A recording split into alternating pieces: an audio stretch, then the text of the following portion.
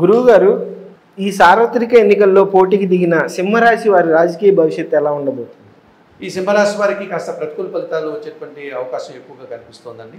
ఎందుకంటే ఈ సింహరాశి వారికి, ఈ సింహరాశికి జన్మరాశ్యాధిపతి అయినటువంటి రవి భగవానుడు ప్రతికూలంగా వీరికి ఆయన సంచరిస్తూ ప్రతికూల ఫలితాలను అందిస్తున్నాడు.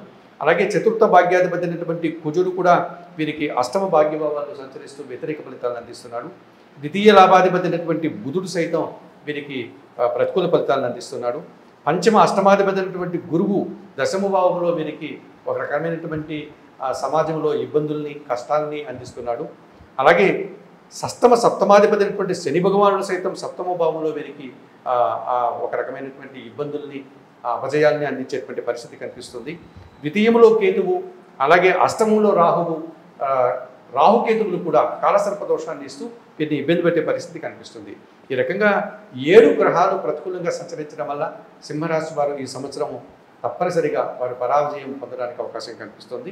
అయినప్పటికీ తృతీయ దశమాధిపతి అయినటువంటి శుక్రుడు మాత్రమే వీరికి మంచి ఫలితాలను అందిస్తున్నాడు. మంచి కాలాల్లో, మంచి భావాల్లో ఆయన సంచరిస్తున్నాడు కనుక కేవలం ఒక్క 10% ఏదైనా వారికి మంచి జరగడానికి అవకాశం ఉంటుంది. కొన్ని సందర్భాల్లో కొందరికి ఏదైనా విజయం చేకూరడానికి అవకాశం ఉంటుంది. కానీ ఎక్కువ శాతం సింహరాశి రాజకీయ నాయకులు పరాజయాన్ని పొందుతారు. వారి అంచనాలు తారుమారవుతాయి. అటువంటి ఓటమిని, పరాభవాన్ని, అవమానాలని వారు ఎదుర్కోక తప్పదనిపిస్తుంది.